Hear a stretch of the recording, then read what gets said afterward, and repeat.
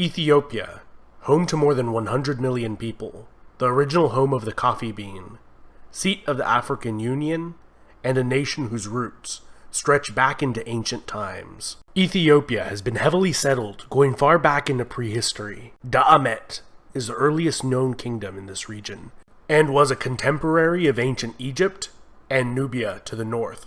On the opposite side of the Red Sea, facing Da'amet, was the kingdom of Saba, in modern-day Yemen. These kingdoms appear to have had close ties, and some even theorize that they may have formed a single kingdom. According to Ethiopian tradition, this was the home of the legendary Queen of Sheba. She converted to the faith of Solomon of Israel, and bore his child, who returned to Ethiopia to rule as king, beginning a long line of Ethiopian kings, who claimed direct descent from King Solomon. The Ethiopian Church today maintains the Ark of the Covenant was brought to this ancient kingdom during this period, and is being kept safely there under guard for more than 2,500 years. For unknown reasons, Da'amet gradually eroded into several city-states and successor kingdoms around 400 BC. One of these, Aksum, would evolve into the first well-documented great power to rise in Ethiopia, and was able to unite the northern Ethiopian highlands beginning around the 1st century BC, where they established bases on the Ethiopian plateau, and from there expanded. By the 1st century AD, they became a major player on the commercial route between the Roman Empire and ancient India. A notable Persian religious figure and scholar of the time regarded Aksum as one of the 4 great powers of his day, alongside Persia, Rome, and China. To facilitate this booming trade, the Aksumite kings minted large amounts of gold currency that became widely used and have been found throughout the Mediterranean to India. Around 325 AD, the king Ezana converted to Christianity, making it the state religion, and was also the first state to ever use the image of the cross on its coins. Ezana campaigned against the kingdom of Kush to the north, as far as the borders of the Roman province of Egypt, and is believed to have been the reason for that 1,000-year-old kingdom's collapse. Included in his many titles were King of Kings, King of Saba, King of Salhen, and King of Himyar, which are all in modern-day Yemen, indicating that he either controlled or annexed these kingdoms, or perhaps they were merely tributaries. The kingdom of Aksum would reach its apogee during the reign of King Caleb, who invaded the Arabian Peninsula in 520, with a vast army against the Jewish King Yusuf of Himyar, who had been persecuting the kingdom's Christian population. 5 years after installing a native Christian viceroy, one of his own Aksumite generals killed the viceroy and declared himself King of Himyar. This general turned king, Abraha of Himyar, is mentioned in the Quran for his failed invasion of Mecca in the year 570. The rise of the Arab Empire would signal the decline and eventual demise of both of these kingdoms. Aksum was completely cut off from any contact with the Christian Roman Empire, and the vast revenues generated from Roman trade. The kingdom of Aksum had a slow decline and began to contract back into the highlands. The kingdom of Alodia formed on its northern border and converted to Coptic Christianity and spoke a Nubian dialect, in contrast to Aksum's Semitic dialect and script, used since the days of Da'amet in the 9th century BC. According to Ethiopian tradition, around the year 1000, a female pagan warlord overthrew the kingdom of Aksum, laying waste to the land, burning ancient churches to the ground, and hunting down all members of the royal family of Aksum.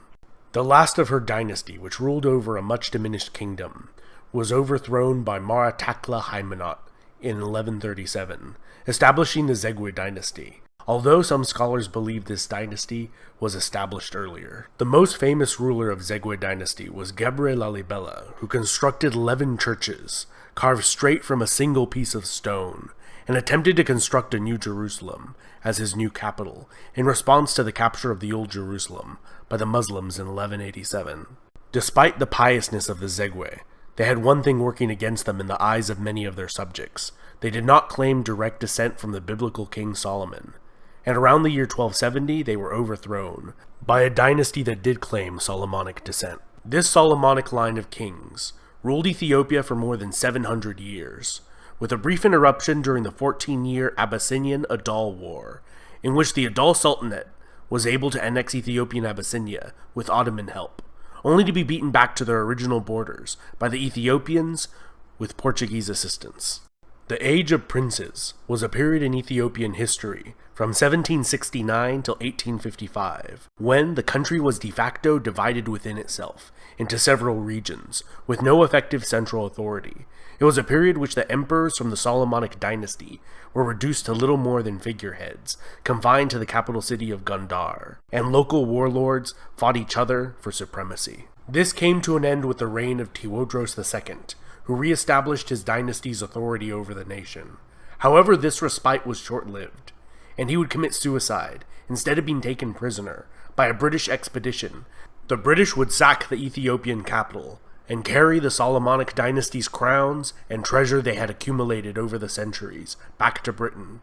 Ethiopia's troubles were not over, and in 1874, the Ottoman-backed Ismail Pasha of Egypt invaded Ethiopia with the goal of creating an empire that would include the entire length of the Nile River.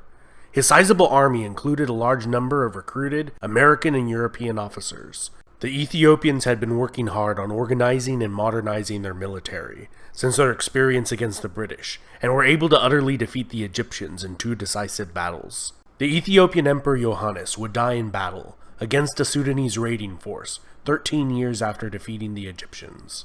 His successor, Menelik II, would expand the Ethiopian Empire and defeat a full-scale Italian invasion. The technologically superior Italians were decisively defeated in a bloody war that they expected to be a casual affair. 40 years later, masterminded by the Italian journalist turned dictator Benito Mussolini, the Italians invaded again, this time sending an overwhelming force of approximately 500,000 men, 600 aircraft, and 800 tanks. Despite this, the war was still a long and bloody affair. The Italians gained little from the annexation and committed widespread atrocities against the Ethiopian population, which they never fully managed to control. Ethiopian Emperor Haile Selassie returned to Ethiopia from exile in England to help rally the resistance. The British began their own invasion in January 1941 with the help of Ethiopian freedom fighters. The last of the organized Italian resistance in Italian East Africa surrendered in 1941, ending the Italian rule. The Solomonic monarchy was fully restored after the war. In the decades that followed, Haile Selassie would begin to slowly implement democratic reforms in the nation. However, many blamed his grasp on power for the slow pace of modernization.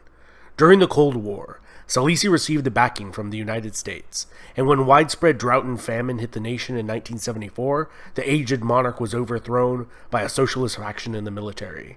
They viewed Selassie as an agent of the corrupt capitalist West, and united with Eritrea, forming a larger chaotic state that was plagued by infighting and disastrously planned and implemented socialist policies. Eventually, Mengistu Haile Mariam brought an end to the more than decade-long power struggle and attempted the creation of a state following the Soviet model, famines and genocide included. In 1991, as rebels closed in on the capital of Addis Ababa, he fled and was granted asylum in Zimbabwe as an official guest of Zimbabwean President Robert Mugabe, where he still resides today at the age of 80, despite calls for his extradition. This was followed by a transitional government in Ethiopia, which drafted a new constitution allowing any of the nation's ethnic regions to secede if they ever wanted to. Eritrea did so right away, and the remainder is the modern nation-state of Ethiopia. One more interesting bonus fact for you if you made it to the end of the video. The Rastafari religion, originating in Jamaica in the 1930s, regards Ethiopian Emperor Haile Selassie as the second coming of Christ and the embodiment of Jah on earth.